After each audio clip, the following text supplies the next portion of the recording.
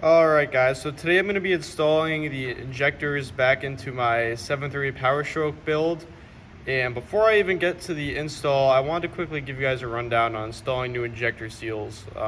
Because you're going to really want to do that if you're reusing your injectors and have them out. These are 250, 200 over injectors, 250, 200% injectors that I pulled out. Simply because I just wanted to seal them while I had the engine out. So basically you're going to want to get all your old O-rings off. Probably want to use a pick, it makes it a lot easier. Don't forget to get your copper washer off of this and give it a good little cleanup.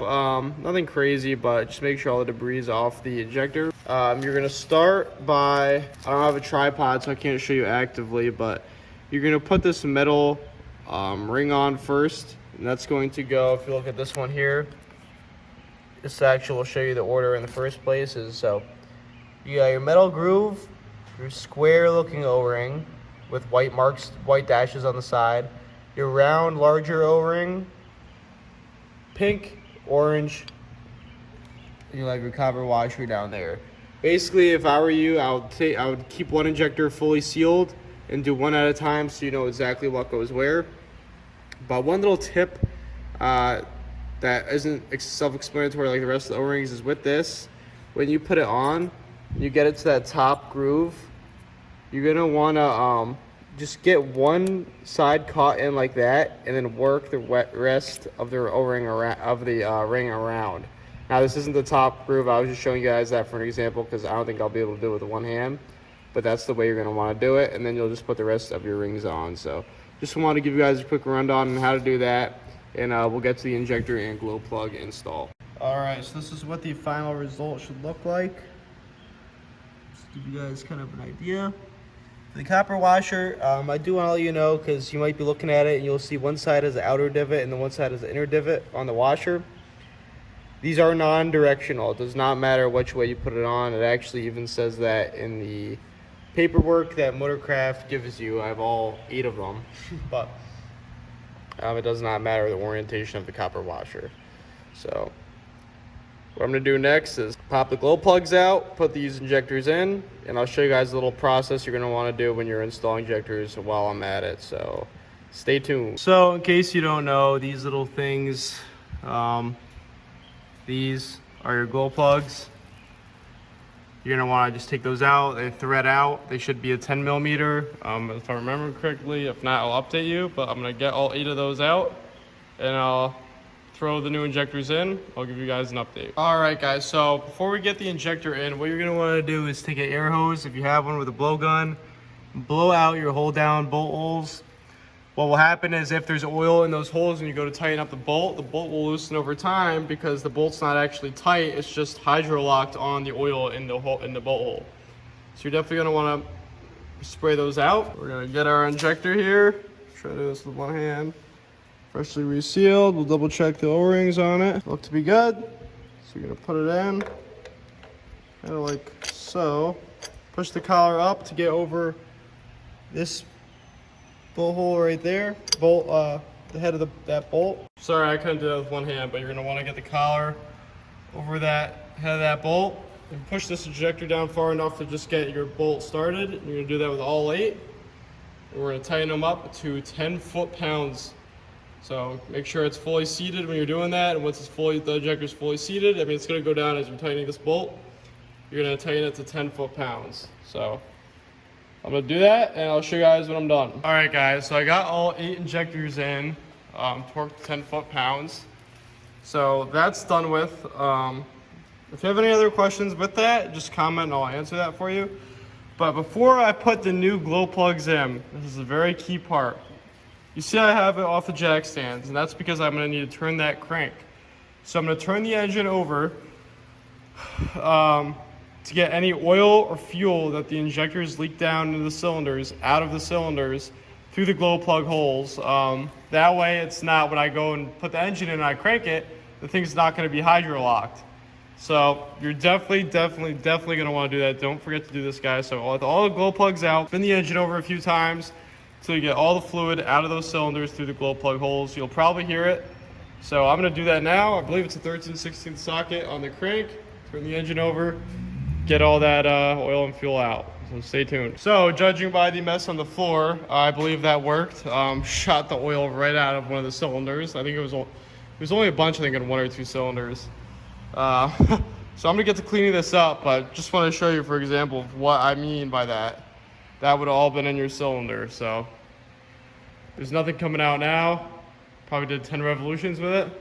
I'm gonna clean this up, drop it back down the jack stands, and get those new glow plugs in, so stay tuned. So glow plugs are in and torqued.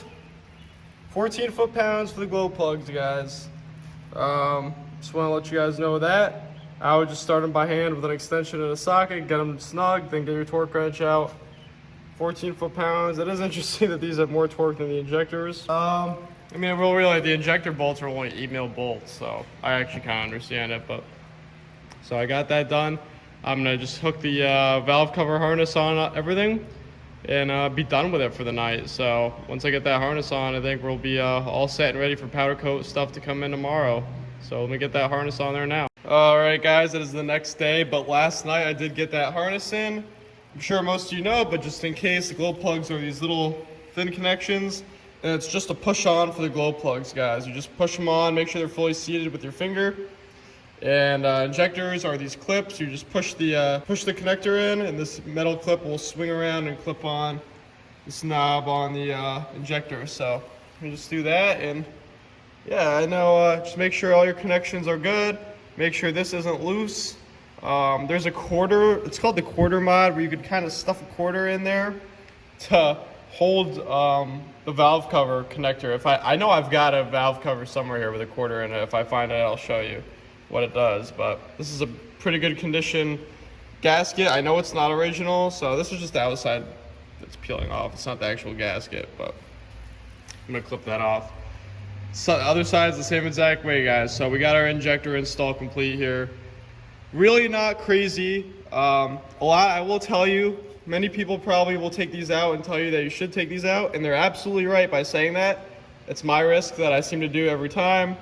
I typically get away with putting these injectors in without taking these out. However, I have cracked these before. They crack very easily from taking the injectors out because they'll get wedged and end up cracking. So just telling you, it's your own risk. If I were you, it's your first time, second time doing it, I would take them out. But just letting you guys know that. I don't want anyone getting mad saying that I didn't tell you to take those off. So that's about it, though. I mean, got our studs in there. I'm real excited about this build now, guys. I got the powder coat stuff back, and it looks amazing. I can't wait to show you. So injector glow plug install is complete. We're gonna be hitting the oil pan next. We're gonna be putting on a new oil pan on the 7.3 Powerstroke build here. So as you can see, I've got the engine in the air right now. I usually do this on an overhead crane, which was at the old garage. We're in the new garage now. We currently don't have an overhead crane. I really would like to get one soon because it makes it a little easier because you don't have the legs of this hoist kind of, in the way of your work, but at least I've got something to lift it up, and it'll definitely do. I'm really just being picky. I've got it up in the air. What we're gonna first do is take all the old bolts out. There's a bunch of 10 mils under here. And yeah, we're just gonna get those out, and then we're gonna end up getting something to start ripping the silicone to drop the pan here. So certainly excited to finally be doing the pan. Everything's kind of been on hold because I needed to get the pan on. You can't really, or it's stupid to do put any of the side pieces on, like the manifolds, motor mounts, oil cooler, just because it ends up kind of getting in the way when you're doing the pan. And I want all the room that I can get for doing the oil pan. So I don't want to mess the pan up. I've got a really nice powder coated pan, so I'm gonna do that now, get those bolts out, and hopefully pop this pan off. So stay tuned.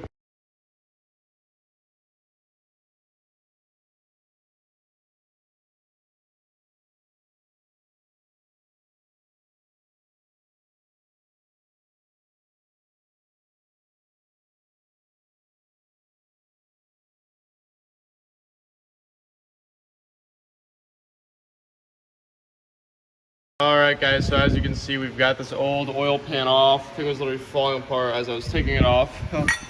But hopefully you watched the time lapse and you kind of saw how I did that. I want to get like a scraper, flat scraper, hit it with a hammer. You don't want to specifically on this front side and definitely the back here. If you pry, you're gonna tweak this, you're gonna bend this, and it's not gonna be a flat surface anymore for you to install your new pan. So do not pry in the back, just at a straight angle, hit it all the way up, but be very delicate, do not pry in the rear. Well, I got the pan off, it's kind of funny. I forgot, so when I drained the oil on this, I had it propped up on a backhoe with a backhoe, and it wasn't a very, it's probably at an angle, and there was a ton of oil still in the pan. Unfortunately, you could probably still see some, but that made a little bit of a mess when it did finally drop. It's cool because, I'll show you this. So if we go in here, you'll see, like, oh, look at that. There is a, look at that, they like chiseled that thing out. It's a dipstick adapter, or you know, where you put the dipstick in. So I showed you, I think I mentioned this before in another video. They've got an aftermarket one installed, and the way that this works is when you install it, the problem with these is when they start leaking or go bad, you need to take the pan off to get the inner nut off of this. So they make an aftermarket adapter. This is by Strictly Diesel, where you can just drop this in the pan. Nothing's gonna happen, as you can see. Well, actually, it either got chiseled or it got tossed around in there, but anyways, it drops in the pan and it'll be fine. You know, it's not gonna get sucked up by this pickup tube. Obviously, there's a screen on it. And you could install this from the outside of the pan. And when I install this on my new pan, I'll show you kind of how it works. But that's what's very interesting about that piece. And it's cool to see that someone actually did it. I've always thought about doing it, but I never want to spend the money on them. So I'll just set that right back in there where it belongs. So I'm gonna start scraping the surface. You're gonna want to get the oil pan surface as clean as possible. So I'm gonna get some steel wool, a wire brush, and get this very, very clean so that when we're mating the new pan on, we've got a clean surface. It's also a good time to take a look at underneath your engine. Take a look at the pistons, the rods, your cams, see if you see anything bizarre. I looked, I didn't really see anything crazy, which, I mean, honestly, everything looks pretty healthy underneath, so I'm happy about that. I'm gonna start scraping away at this, and hopefully we're gonna get this new pan on. So stay tuned. Definitely happy to see that piece of junk off of it finally. All right, guys, little side note here. I got this dipstick adapter out. I've got it outside. I'm about to hit it with some gloss black just because it unfortunately got corroded, but I looked up the price of this thing. Someone paid over $300 for this adapter here, so I'm gonna try to bring it back to life a little bit. Not gonna be able to do much with the corrosion, but at least spray it black, make it look nice with the color that I powder coated. But crazy, $300 something for this adapter. So certainly we're using this and just throwing an O-ring on that I got with my factory adapter. So I'm gonna just get a quick coat of gloss black on this, and we're gonna get back inside to working on the oil pan. That way, hopefully by the time I have the oil pan ready to go on, this will be dried up. So stay tuned. All right, guys, so just got finished scraping and wire brushing. Just want to show you what your surface is gonna want to look like. As clean as you can possibly get it, guys. That's what you're gonna want to do. Get all that RTV off, every last bit of it. That way you put your gasket on, you're having, this is RTV from this back plate here, not from the pan. So it's gotta stay up. Very, very, very clean is how you're gonna want it. And if you go up here, just want to show you, make sure you clean out these little divots here. Don't let RTV get stuck in there. So, same thing goes with this side. Clean as you can possibly get it, like I said. And yeah, that's me. I think this is just about ready for getting the new gasket on, new pan on. So I'm actually going to show you, I have a Moroso gasket that's going to be going on this. And the Moroso gaskets are cool because they use studs instead of bolts. So I think that's going to be the next step, is installing these new studs. I'm obviously going to show you along the way how that comes out. And stay tuned. All right, guys, so I've got my adapter here. Got a new O-ring on it. I put some Teflon tape on this first bolt. So one bolt has a welded end on it. That's gonna be completely loosened, and that's actually how you're gonna kind of put this on, just with one bolt end completely loosened.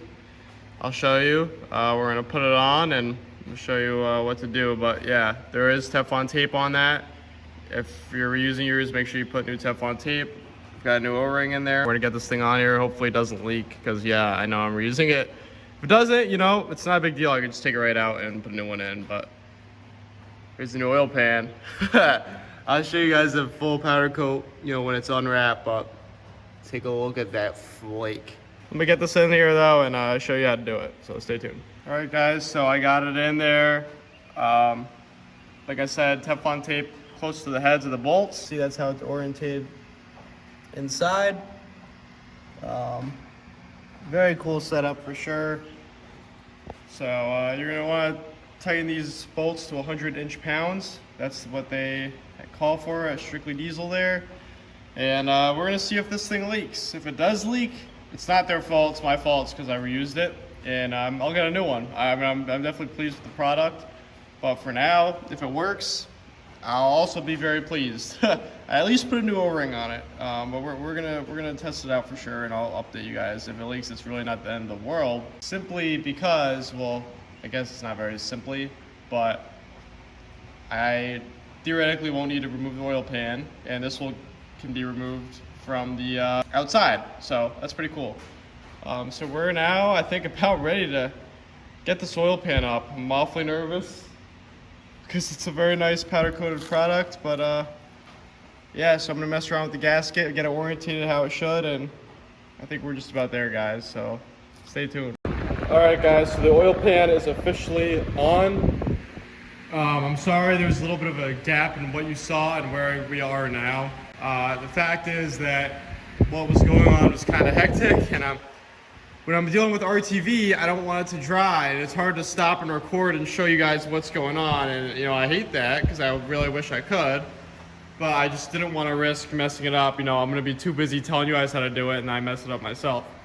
But I'll give you guys a rundown of what you need to do. I hope you guys are enjoying the this powder coat color. I mean, that flake is just nuts. It's nuts.